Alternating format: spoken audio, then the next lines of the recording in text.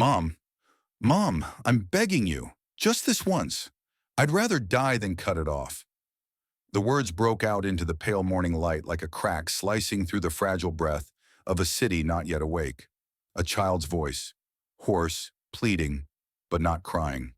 Just the sound of someone small on their knees before the woman who gave them life, clutching at the hem of her mother's dress as if it were the last thread anchoring her to existence. Jasmine Crockett froze. Her watch read 7:57 a.m. She was on her way to Capitol Hill, where later that afternoon, a federal hearing on public school funding was scheduled to take place, a cause she'd championed for years. Her entire morning had been set aside for prep work, reviewing briefs, coordinating with her policy team, finalizing her official remarks. But something in the narrow alley behind the pawn shop was pulling time out of joint. A sharp voice cut through the morning stillness, not loud but jagged enough to tear the quiet. Hope! You think a pink bow is going to stop them from laughing at you? I'm tired. I can't take another warning letter. No one's going to accept that mess of frizzy hair. You hear me? That was the moment Jasmine's heart clenched. Familiar, and yet so far away. That name. Hope. Jasmine stood at the mouth of the alley, silently watching through a rust-stained fence. A woman gripping her child by the shoulders, and the child collapsed to her knees as if the ground beneath her were the last place left she could stand for herself. The building was small, its outer walls peeling in patches of crumbling plaster. A broken comb lay discarded on the front step, its teeth still tangled with strands of fine coiled hair. Now Crockett began to walk toward the mother and daughter. Her heels tapped in steady beats against the damp concrete. The mother hadn't yet turned around, but the child, still Hope, looked up for a brief moment. Her eyes were swollen red from holding back tears, but there was something still shining in them, a fragile trace of something she hadn't yet let go of. Good morning, Jasmine spoke, her voice gentle but firm enough to cut through the tension. I heard your daughter's name, and I know you probably don't want anyone stepping into your family's business.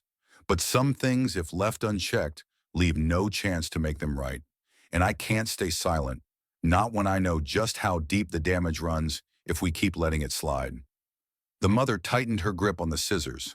Her eyes flicked quickly across Crockett's face, the lightly straightened curls, the crisp gray suit, the congressional pin on her lapel, then paused at a gaze that carried no judgment, no pity, only a quiet recognition of something long buried within herself. Jasmine crouched down, right at the level of the child, and at the height where another mother would now have to choose, to protect her child or to protect her own fear. She turned to the girl. The child's eyes were still searching for someone who wouldn't brush her words aside. Your name is Hope, isn't it? Jasmine's voice dropped, deep and steady, like a warm blanket laid across a place long cold. That name, it sounds like morning light, and I believe whoever gave it to you didn't mean for you to bow your head, but to remind you, you have the right to stand. Hope pressed her lips together. Her small hands still clutched the hem of her shirt, but she gave a tiny nod, not yet trust, but enough not to shut down. The mother, Shireen, slowly let go of her daughter's shoulders. The scissors dropped to the ground with a dry clink, then lay still, like a part of the struggle inside her had just snapped loose. She sat down on the front step, shoulders sagging in a way no one ever teaches a mother to endure, between being left behind by the man who once promised love, and now by the child she was trying to spare the pain. Who are you? Shireen's voice was hoarse, broken in patches, laced with a weariness she'd never let anyone see. I'm someone who once knelt right where your daughter is now, Jasmine replied, her eyes still fixed on Hope. And I let someone cut away the part of me I loved most, just so I could be called acceptable. A breeze swept down the narrow alley, lifting a few stray curls still clinging to the broken comb. Jasmine reached down, picked one up, and gently placed it into Hope's small palm. You know, she looked toward Shireen, this hair, people used to hate it so much. They wanted it gone, shaved off, erased. But it was also the first thing your daughter chose to keep, when the whole world was trying to make her someone else. Shireen raised a hand to her mouth, as if to stop something rising from deep inside. But she didn't cry. No one cries the instant they realize they've hurt their own child. That kind of pain comes later, quieter, and often without sound. You don't need to apologize, Jasmine said softly. You just need to listen. Then she turned to Hope. If you want, we can go to school together and say, loud and clear, this hair doesn't need to be hidden anymore. Hope looked at her, this time for longer. Beside her, Shireen said nothing, but her hand tightened gently around her daughter's, not pulling, not holding her back, just resting there with something unspoken. I'll follow, if you lead. Jasmine stood, slowly, then extended her hand toward Hope. We can start over, from exactly where you are now. And that small hand, after a few hesitant seconds, reached for hers. Not tightly, but it didn't pull away. The morning wasn't over yet, but for the three of them, a new day had already begun. Shireen led the way with quiet steps. The back door shut behind them with a soft click, like even the little apartment understood. It wasn't the time to make a single sound. Shireen's apartment had only one light bulb hanging from the ceiling, a dim yellow glow, like an old memory. It lit the room just enough to see, but not enough to warm the places that needed it. On the wall, a few faded photographs were taped up askew. No frames, no glass, just fragments of time forced to exist in the most modest way possible. Jasmine sat down quietly, close enough for the child not to feel alone, but with just enough space for the mother to choose, to keep shielding herself or to reach into the part of her that hurt most, with hands long trained to hold on without letting go. Hope leaned into her mother. Her small fingers gripped the hem of her dress like it was the last solid ground left to stand on. Shireen hunched forward, elbows resting on her knees. A beat passed before she looked up, not at anyone in the room, but toward a peeling wall in front of her, where there was nothing but flaking plaster, like skin rubbed raw by too many years. Her voice came low, thick, like it had dragged dust up from the deepest layers of memory.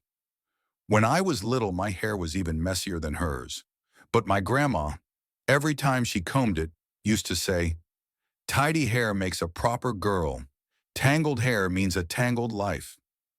A faint smile flickered on her lips, not happy, not sad, just the automatic reflex of someone who had repeated pain so many times. It no longer needed explanation. In 6th grade, for the end-of-year photo, my teacher leaned down and whispered, can you stand in the back row? Your hair might block the other girls' smiles. And I stepped back, not because I was hurt, but because I understood. I understood right then that I needed to shrink, be smaller, so I wouldn't get in the way of someone else's picture. Hope looked up, her eyes brushing against her mother's face, as if reading for the first time a story she hadn't realized she was already copying. But Shireen kept staring ahead, where no one stood, except the truth. When I had my daughter, I swore I wouldn't let her walk the road I did. But then, I taught her the same things I was taught. I just wanted her small enough, quiet enough, agreeable enough, not to make waves. But turns out I was teaching her how to disappear. She raised a hand and gently touched her daughter's tangled hair. Not to fix it, not to force it. Just a slow, light stroke, like her fingertips were searching for the girl she once was. Ms. Crockett, I never wanted my daughter to change. I've just lived too long in a world that gave me no other choice. I twisted myself into so many shapes just to survive. I forgot. Surviving isn't the same as living. Jasmine stayed seated, hands resting on her lap. She sat like a keeper of the moment, preserving a rare instant where a mother, beneath a faded light bulb, was learning for the first time how to hold her child, using the part of her that had never been held herself. Shireen's eyes stayed fixed on something invisible in the cracks of the wall. Like if she blinked, the past would spill out, and she wouldn't be able to stop it. Then she spoke, softly, but each word dropped like shards of shattered glass. Elijah, Hope's father. He was the only person who ever said my hair was the most beautiful thing he'd ever seen. The only part of me that didn't need fixing. She exhaled, long and deep, as if dragging an entire life's worth of restraint out with it. He worked the loading docks over at the East Station. We met at this tiny cafe near the tracks. He'd sit there reading old newspapers, always smelling like sweat and engine oil. But I swear, no one had ever looked at me the way he did. So warm, so gentle. Shireen let out a small laugh. A thin, fraying kind of laugh, like thread trying to stitch itself back through a wound. Too bad. He didn't have the skin color this world thinks love should come in. The room fell completely silent. Even the wind outside seemed to hold its breath after those words. We were together for almost 3 years. People used to call me the lucky black girl. Lucky, in that mocking kind of way. Every time we went out, people would glance, then double back to stare at us like we were some kind of mistake. Like we were betraying our own species just by existing together. Her voice faltered, like something had just pressed against her chest. Then one day, he came home, face bloodied, jaw split, eyes swollen. They beat him with batons for the crime of being too black to exist in a bright society and for standing too close to a light-skinned girl in a parking lot. Hope gripped her mother's hand tighter. He died 2 days later in the ICU. No one signed anything. No one apologized. I got a death certificate in a brown envelope. Misspelled my name, but carried the right stench of hospital. Her voice cracked at that last line, like every broken piece in her was collapsing with it. Since that day, I've lived like there's a silent gun pressed to the back of my daughter's head. I couldn't let her become him. Not because I denied him, but because I loved him so much, I couldn't bear to lose another soul with that same hair, that same walk, that same look in their eyes. I never meant to hurt my child. When I hurt her once, it burned me 100 times over. But what can I say? I was just too afraid. Afraid enough to try cutting away anything that might make her another Elijah. She placed her hand over her chest, not to steady her breathing, but as if trying to hold together the piece inside that had started to throb. I hurt my daughter. But tell me this, how much must a mother pay just to keep her child safe in a world that would tear her apart for inheriting the one thing it hated most about the people who created her? The entire room felt frozen. In Hope's eyes, something had fallen. Maybe the sharp sting of a child realizing for the first time that her hair had once been a thing of praise. Warm, tender, full of pride. Then it became evidence of a forbidden love, of a skin color pushed outside the frame of a proper family photo. And eventually it became a sentence her mother tried to cut away, out of love, steeped in fear. That hair, what once felt like the softest part of herself, suddenly turned into the very thing her mother wanted her to hide from, at any cost. Shireen sat motionless. The room stood still, save for the ticking of an old wall clock, echoing like fractures in a tired heartbeat. After a long moment, she looked up, her lips tight, like someone about to release a secret shaped like a wound. Bitter, jagged, and raw. But there's one more thing. The reason I almost picked up the scissors again this morning. Her voice slid out like an old knife slicing through orange peel. Slow, deliberate, mostly pain. In a few days, it's the school's opening ceremony. Hope was chosen to give the welcome speech. She's smart, polite, top scores in the entrance exam. I thought that was a good thing. Until she stepped on stage for rehearsal, with her natural curls untouched, unstraightened. Just her. She paused, not because she was choked up, but like she was trimming painful memories down to fit into words. Vaughn's daughter was sitting in the front row. Her eyes scanned Hope from her worn-out shoes to that unruly hair, and then she laughed out loud, breaking the silence. Yo, look at her. That black face and whatever the hell that is on her head. God, that's disgusting. It looks like the rag I used to scrub my bathroom floor. Hope stood her ground on stage. No flinch, no fear. She looked down at the crowd, her eyes deep like noonday shadows, and replied, each word striking like flint. At least a rag can still clean something, but arrogance and hate, once they get in your blood, no salon can wash that out. The room went dead quiet. Even the air stopped breathing. The next day, Shireen went on, her voice trembling like the edge of a cracked glass, I was called to school. No meeting, no minutes, just a piece of paper laid flat in front of me. Hope was suspended for violating the image of a student representative. She pulled a crumpled sheet from her purse. The ink had faded, but the words still cut straight through the heart. If that girl with the tangled hair appears on stage, the ceremony will be disrupted, and funding support for the school will be withdrawn. Jasmine took the paper. Her hands trembled slightly, veins of rage waking under her skin, strike after strike, like a nightmare she thought she'd already buried. Vaughn, that name, still hanging on the sign above the upscale salon across from Woodgate's gate. A decade ago, they were the main sponsor of the scholarship program for public schools, where her own daughter once studied. She looked at Hope. Her eyes mirrored the other Hope. Her Hope. The same coiled hair, the same fire in her stare. She too once stepped onto a school stage, refusing to straighten her hair for a media-friendly scholarship requirement. She too was called mold wrapped in an angel costume, had scissors slipped behind her back, a curl snipped without consent. And she too once wrote a final note inside her notebook. If my hair is the reason the world won't have me, then maybe I don't belong in it. You name me Hope, but if I have to shave off this hair to have hope, then that's not really me anymore. That little girl no longer existed. But today, here and now, another child stood at the same crossroads, between erasure and resistance. And this time, Jasmine would not let history repeat. Her gaze sharpened, fierce, steady, immovable. Number, not this time. They don't get to erase another head of hair, another child, another future, just because it makes them uncomfortable. Hope's eyes lit up, like the first crack across a mirror, tiny but precise. I don't need them to love my hair, but they better learn how to look at it before they try to teach me to hide it. Shireen nodded.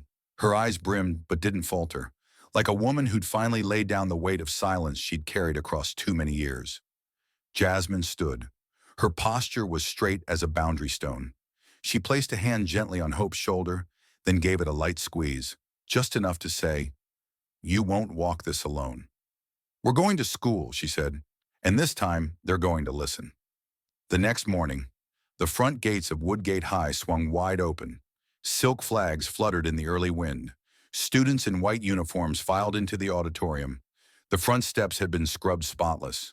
Red ribbons hung high like they were trying to dress the day in perfection. But at the edge of the scene, 3 figures emerged, and a few heads turned off axis. Hope walked in the middle.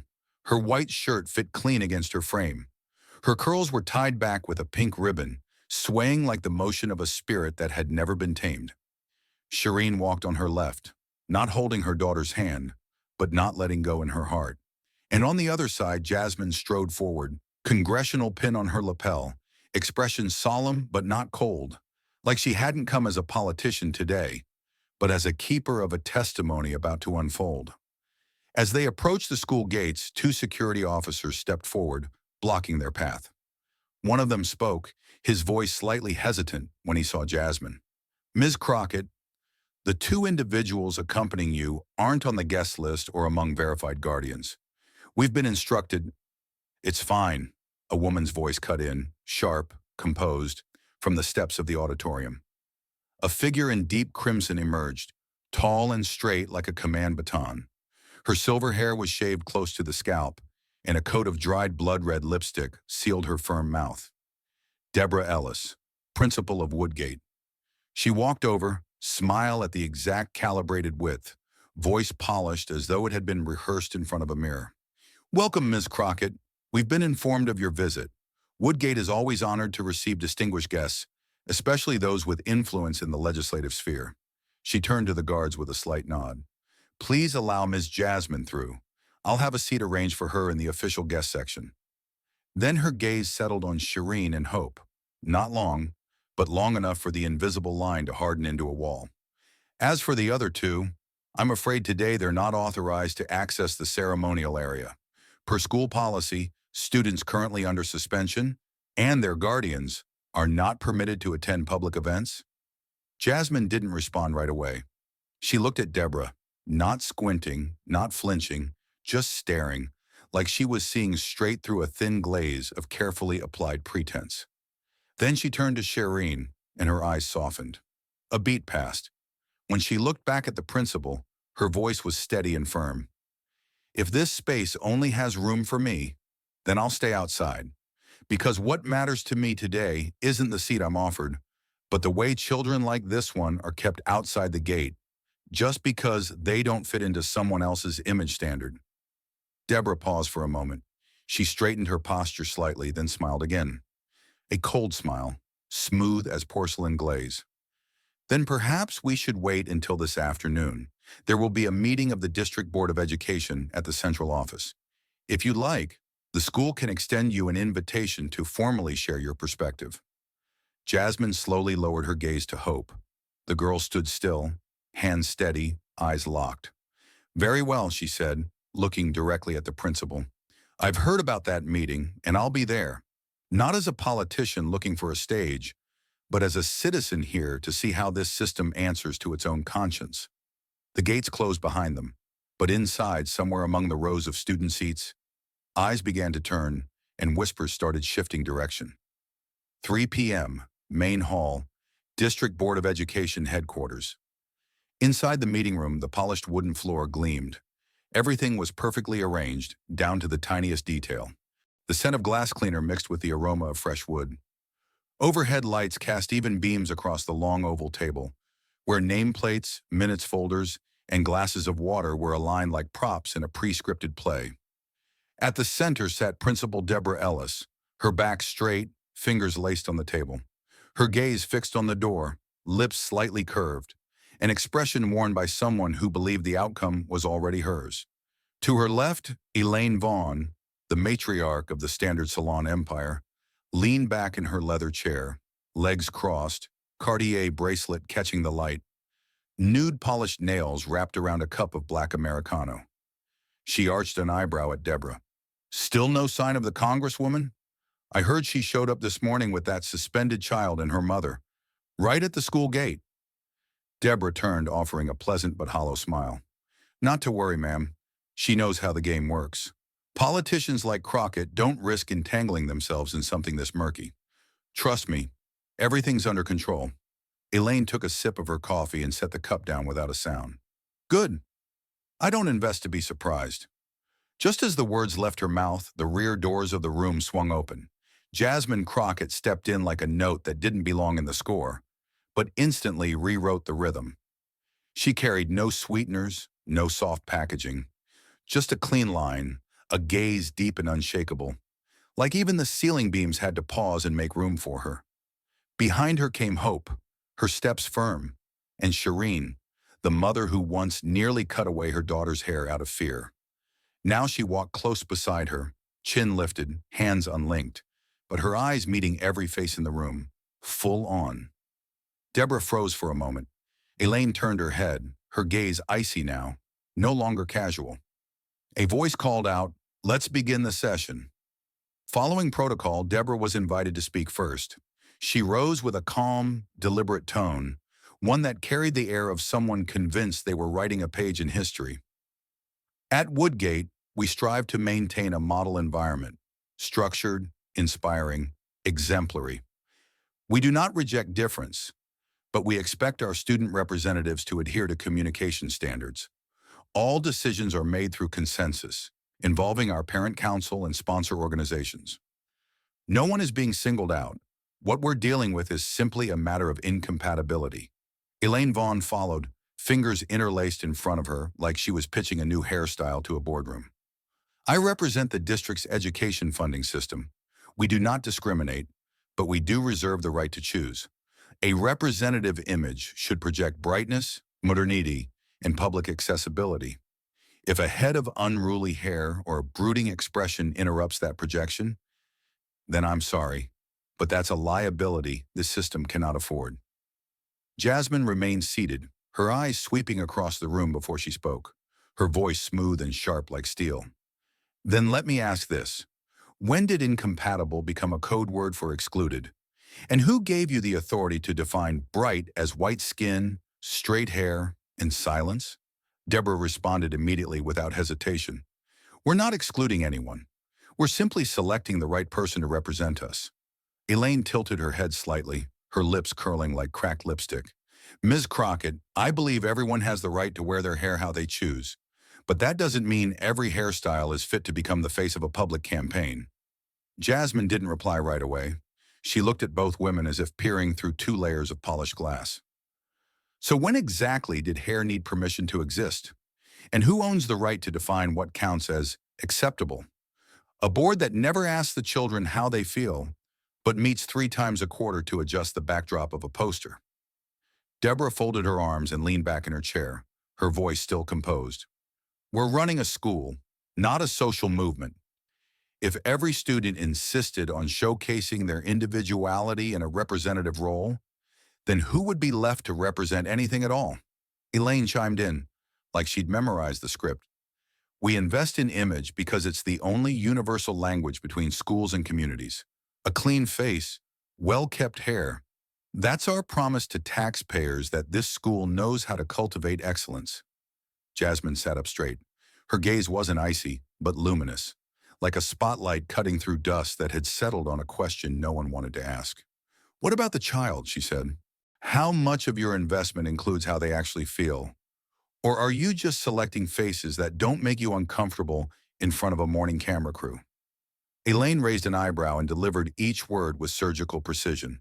A child with unruly hair, a defiant expression, and a record that's hard to control. I don't believe the public is ready to embrace that as their representative. Jasmine opened a folder.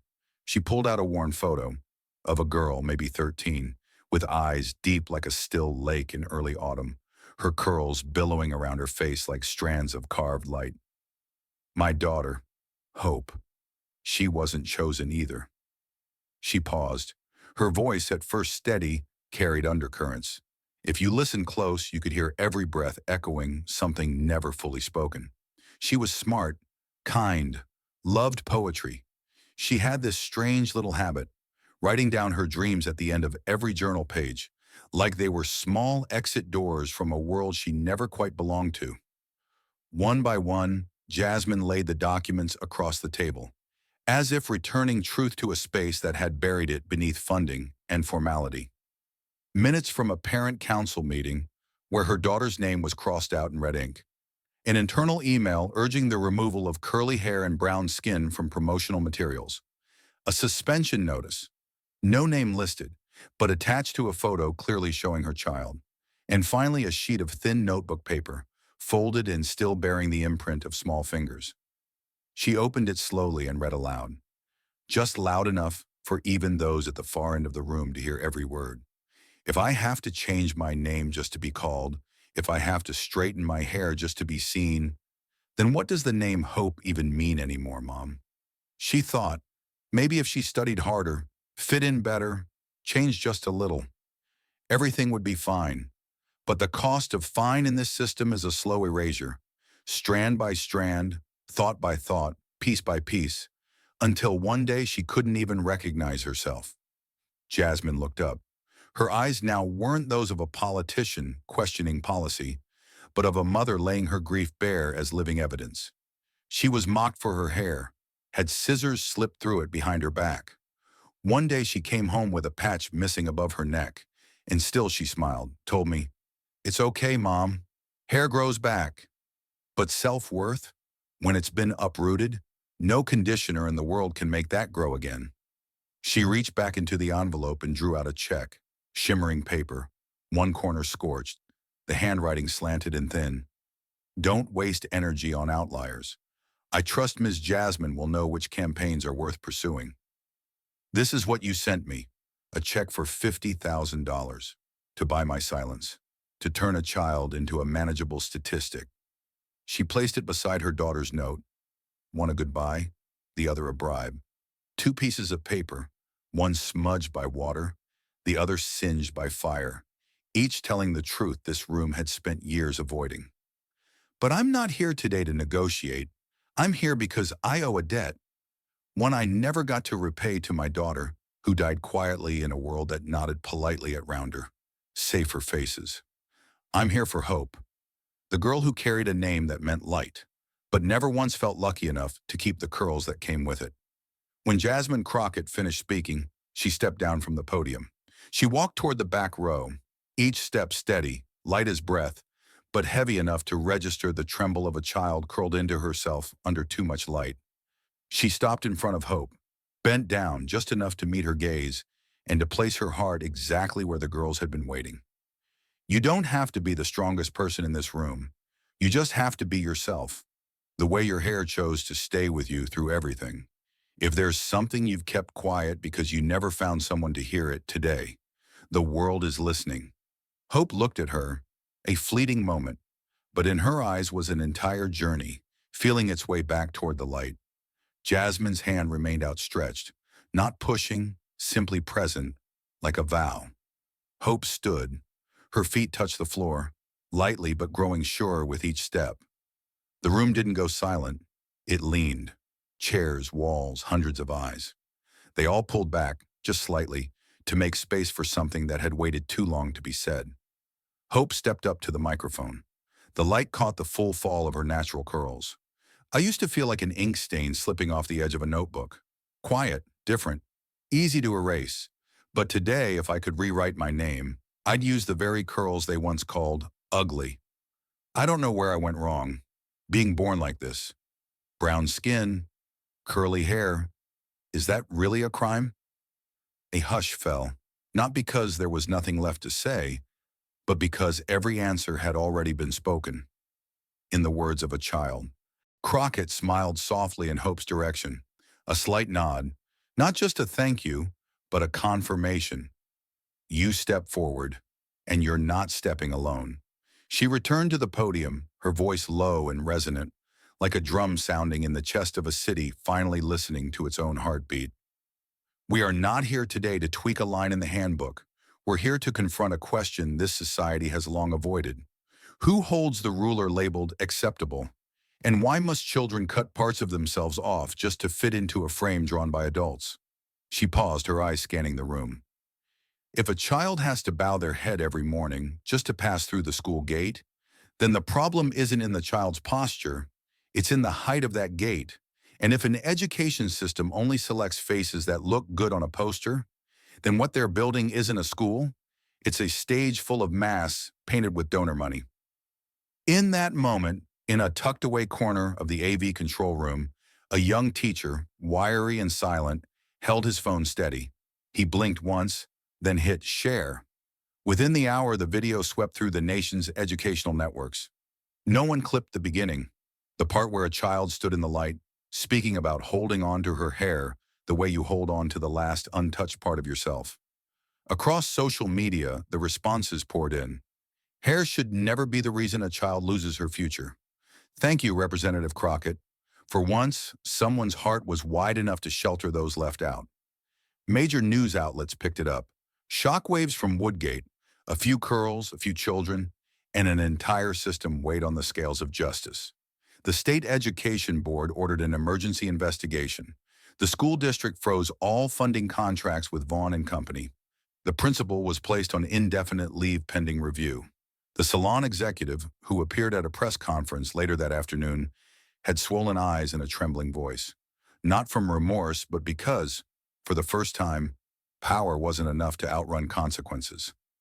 At the gates of Woodgate, the official notice board had been replaced. The new words, bold and plain, Appendix 14A, Student Image Standards, officially repealed. Underneath, someone had scrawled in red marker, "This is what hope looks like." Monday. The gates of Woodgate opened like any other day. But that morning didn't feel like a repeat. It felt like the whole day had been rewritten in clearer, truer ink. Gone was the heavy scent of hairspray from the opening ceremony. Gone were the looping chants of hollow slogans lining the hallways. In their place was the smell of freshly cut grass, the soft tap of student footsteps on tile, and a weightless kind of space, like the school itself had finally exhaled something it had been holding in for far too long. Hope stepped onto the schoolyard. Nothing about her outfit stood out. Just the usual white shirt, worn-down shoes, a backpack with frayed seams along the strap. But her walk was different. Upright, steady, no shrinking, no glancing side to side. No longer measuring the distance between herself and the world. Her curls fell naturally with each step. Among them, a pink bow was clipped in neatly. The birthday gift her mother had given her last year, back when neither of them knew that her hair would become the very thing the world tried hardest to reshape. Beneath the bougainvillea tree at the far end of the yard, Shireen stood quietly. Sunlight filtered through the leaves, speckling her shoulders, as if the mistakes she once made were being named gently now, by light instead of shame. When Hope turned around, her smile bloomed like a bud after a long winter. And for the first time, Shireen didn't feel like someone watching from outside her daughter's childhood. She felt like someone being welcomed in. As a mother, at last. Elsewhere, no cameras, no podium, no backstage lighting.